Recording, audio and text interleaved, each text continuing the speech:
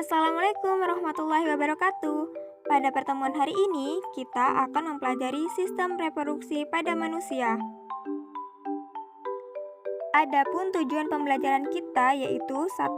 Melalui diskusi online, peserta didik dapat menjelaskan struktur dan fungsi alat-alat reproduksi pada pria dan wanita dengan tepat. 2.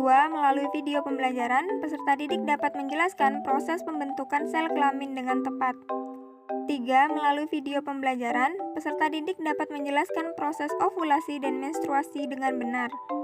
4. Melalui video pembelajaran, peserta didik dapat menganalisis kelainan atau penyakit yang berhubungan dengan sistem reproduksi dengan benar.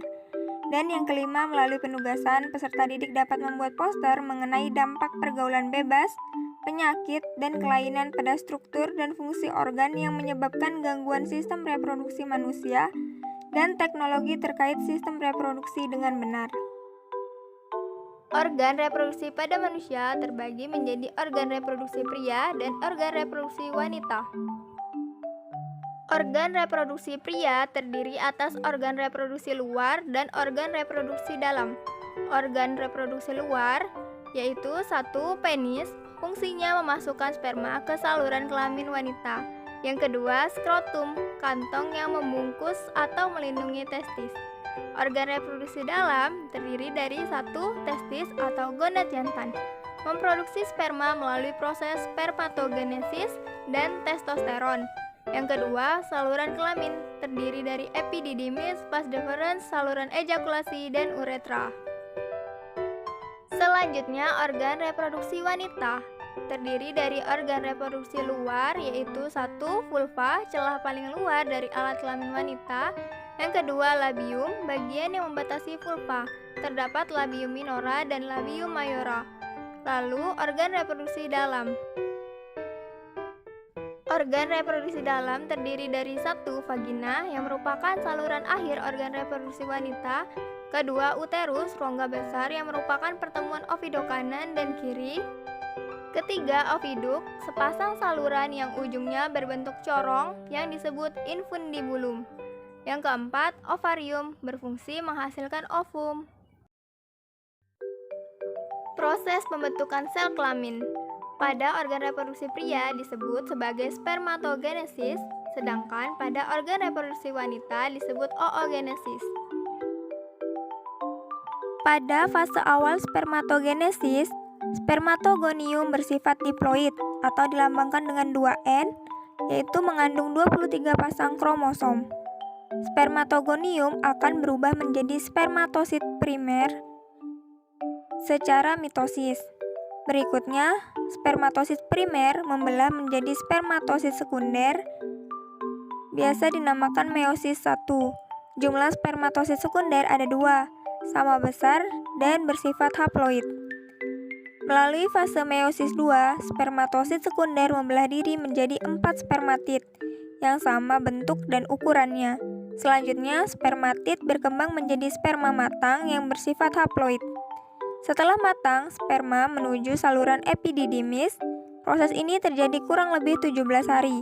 Energi yang digunakan proses spermatogenesis berasal dari sel-sel Sertoli. Oogenesis merupakan proses pembentukan sel telur di dalam ovarium. Sebelum sel telur terbentuk, di dalam ovarium terlebih dahulu terdapat sel indung telur atau oogonium yang bersifat diploid. Melalui pembelahan mitosis, oogonium menggandakan diri membentuk oosit primer. Menginjak masa pubertas, oosit primer melanjutkan fase pembelahan meiosis 1. Pada fase ini, oosit primer membelah menjadi 2 sel yang berbeda ukuran dan masing-masing bersifat haploid. Satu sel yang berukuran besar dinamakan oosit sekunder, sedangkan sel yang lain dengan ukuran lebih kecil dinamakan badan kutub primer. Pada fase berikutnya, oosit sekunder akan melanjutkan pada fase meiosis 2. Fase ini dilakukan apabila ada fertilisasi. Apabila tidak terjadi fertilisasi, oosit sekunder mengalami degenerasi. Namun, apabila ada fertilisasi, fase meiosis 2 dilanjutkan. Indikasinya, oosit sekunder membelah menjadi 2 sel, yakni satu berukuran besar dan satu berukuran lebih kecil. Sel yang berukuran besar dinamakan ootit, sementara sel yang berukuran kecil dinamakan badan kutub sekunder. Secara bersamaan, badan kutub primer juga membelah menjadi dua. Oleh karenanya, fase meiosis 2 menghasilkan 1 ootit dan 3 badan kutub sekunder. Kemudian, 1 ootit yang dihasilkan tersebut berkembang menjadi sel telur atau ovum yang matang. Sementara itu, badan kutub hancur atau polosit mengalami kematian. Proses menstruasi terbagi menjadi 4 fase. Yang pertama, fase menstruasi. Pada fase menstruasi, hormon yang berperan ialah hormon estrogen dan progesteron, mengalami reduksi pada sekitar 5 hari pertama menstruasi. Akibatnya, sel telur yang berada dalam lapisan endometrium pada uterus dilepas bersamaan dengan robeknya endometrium melalui pendarahan. Hasilnya, dinding uterus berubah menjadi sangat tipis. Yang kedua adalah fase praovulasi, dimulai pada hari kelima sampai ke-14. Pada fase ini, hormon yang berperan yakni hormon FSH dan hormon LH.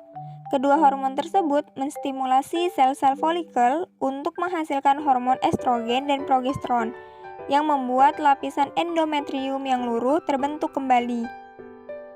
Yang ketiga, fase ovulasi. Fase ovulasi terjadi sekitar hari ke-14 dari total keseluruhan waktu siklus menstruasi terjadi, kurang lebih 28 hari. Pada fase ini, sekresi hormon estrogen sangat banyak, maka sekresi hormon FSH mulai menurun dan digantikan dengan sekresi hormon LH. Adanya stimulasi hormon LH menjadikan folikel semakin matang dan menyebabkan sel telur keluar dari folikel atau terjadinya ovulasi. Yang keempat, fase pasca ovulasi. Fase pasca ovulasi berlangsung pada hari ke-15 hingga hari ke-28. Pada fase ini, folikel yang pecah berubah menjadi badan padat berwarna kuning atau corpus luteum yang menghasilkan hormon progesteron. Bersama hormon estrogen, hormon progesteron ini berperan dalam memelihara pertumbuhan endometrium sehingga siap untuk penanaman embrio. Tetapi, apabila sel telur pada uterus tidak dibuahi, corpus luteum mengalami degenerasi menjadi corpus albicans. Akibatnya, sekresi hormon estrogen dan progesteron semakin menurun dan sebaliknya, sekresi hormon FSH dan LH naik kembali. Karena darah tidak mengandung hormon estrogen dan hormon progesteron, endometrium tidak bisa bertahan dan luruh bersama darah. Ini menunjukkan fase pasca ovulasi berganti menjadi fase menstruasi. Adapun kelainan atau penyakit pada sistem reproduksi manusia yaitu 1. Keputihan, 2.